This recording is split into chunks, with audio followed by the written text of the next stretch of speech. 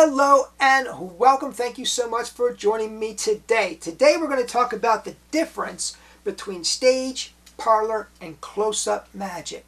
I'm doing this because Rivera said this. I'm going to read to you the exact quote. Hey David, mind if you do a video on the difference between stage, parlor, and close-up magic? I'd be most grateful. You know, folks, I love your comments, and my intention is to respond to your comments. I know I only post once a week, and it can be a long time before I actually respond to your comment. But listen, every comment matters, and I will respond. I promise you that I will respond. It might take a while, but I will respond. So first of all, let me say this about making distinctions between stage, parlor, and close-up. The lines are not strictly drawn. And by the way, these are my opinions. You know, you ask 10 magicians, you get 10 different answers. These are my opinions. The line between stage, close-up, and parlor is not strictly drawn. And what I mean by that is a grand illusion can be miniaturized for close-up. A close-up effect can be performed on stage. What's done in parlor can be done close-up. What's done in close-up can be done on stage. Let me give you a few examples. David Copperfield, arguably the greatest grand illusionist of all time. David Copperfield has performed The Crazy Man's Handcuffs, Misled, which is the pencil through bill, and the $100 bill switch, popularized by Michael Lamar, on stage in the largest theaters. Now, how did he do that? Well, he had a camera and he had a big monitor. And as he performed the effect with his hands, the monitor, it was huge, right? So everyone in the theater could clearly see what he was doing. Now you might say, well, God, you know, I can't afford a monitor like that, and I'd love to do some close-up work on a stage. Well, Nate Leipzig had a reputation for doing close-up magic on stage. And what he did, he didn't have large trons, he didn't have cameras.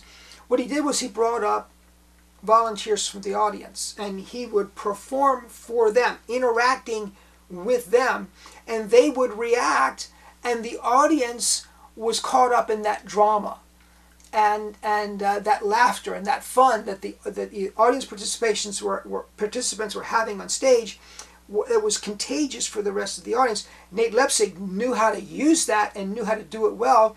So even though he didn't project what he was doing on a big screen, it was still effective on stage. And then you have close-up masters like Dai Vernon, who pioneered work on the linking rings, which is considered a parlor effect, if not a stage effect. But you know, here's a close-up performer doing it, and he's done it close-up. He also did work on coins to glass, which is monumental. Not to mention the cups and balls, which are almost all considered to be parlor effects, if you will.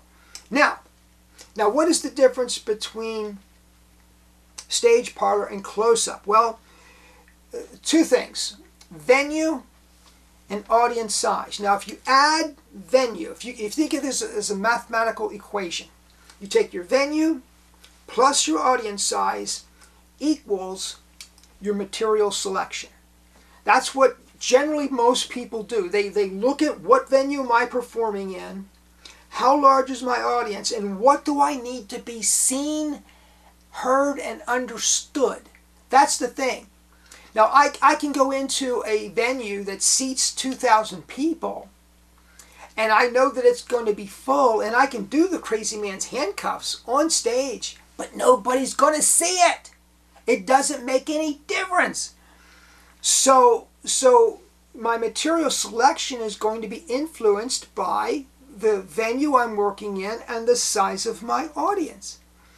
Now this is I thought this was very interesting. This is from Wikipedia. Platform magic, also known as parlor magic, stand-up magic, or cabaret magic. And by the way, those are all synonymous terms, right? Parlor magic, platform, stand-up, cabaret, all the same thing. Platform magic is magic that is done for larger audiences than close-up magic and for smaller audiences than stage magic. So Wikipedia is making a distinction between the three based on the size of the audience alone. Now, let's talk about each and the characteristics of each. Full stage.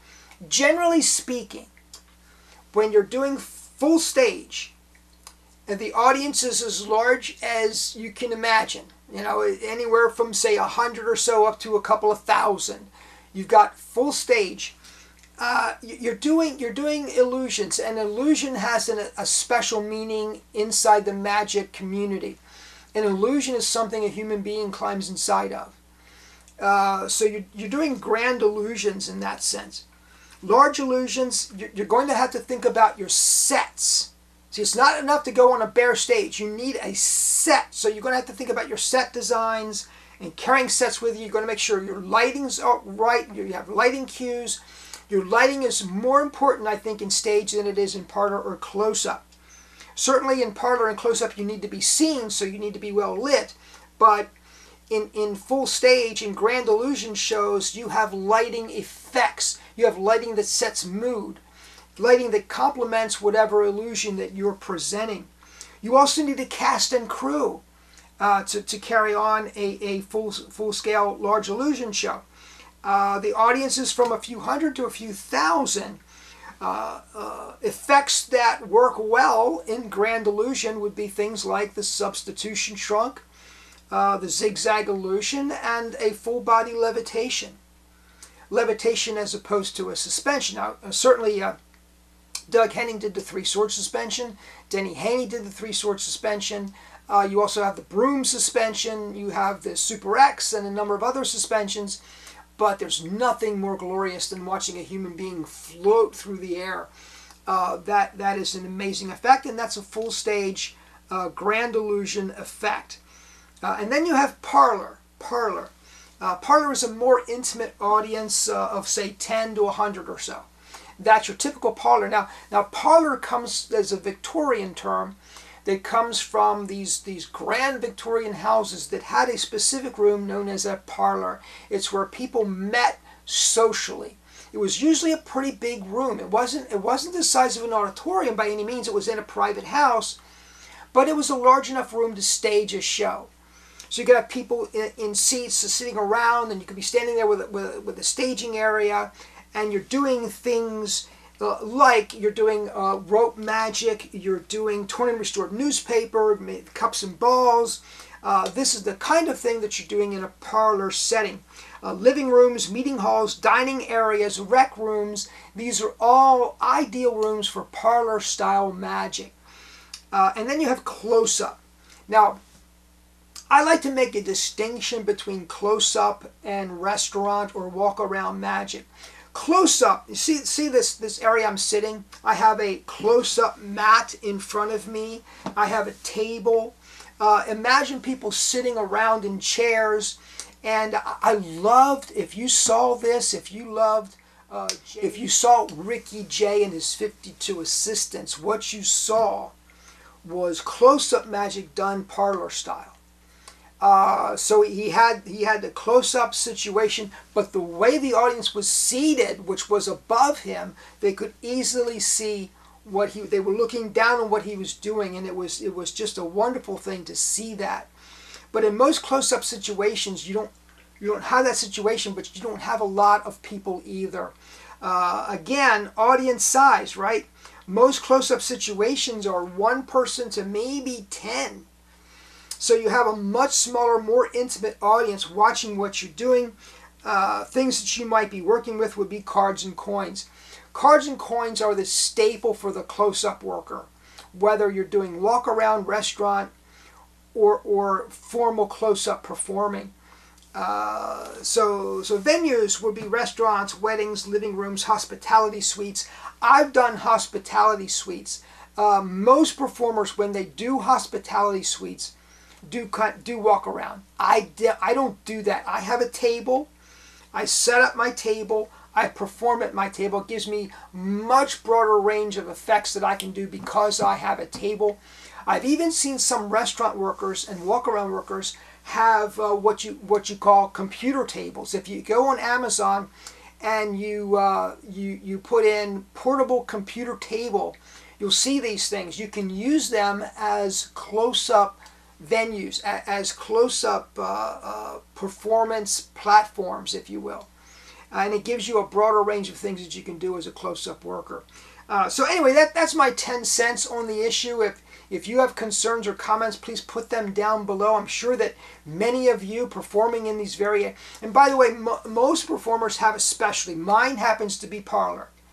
That's what I do. I do parlor. I don't do full stage. I did at one time. I don't do that anymore. It's too expensive. I can't afford a cast and crew.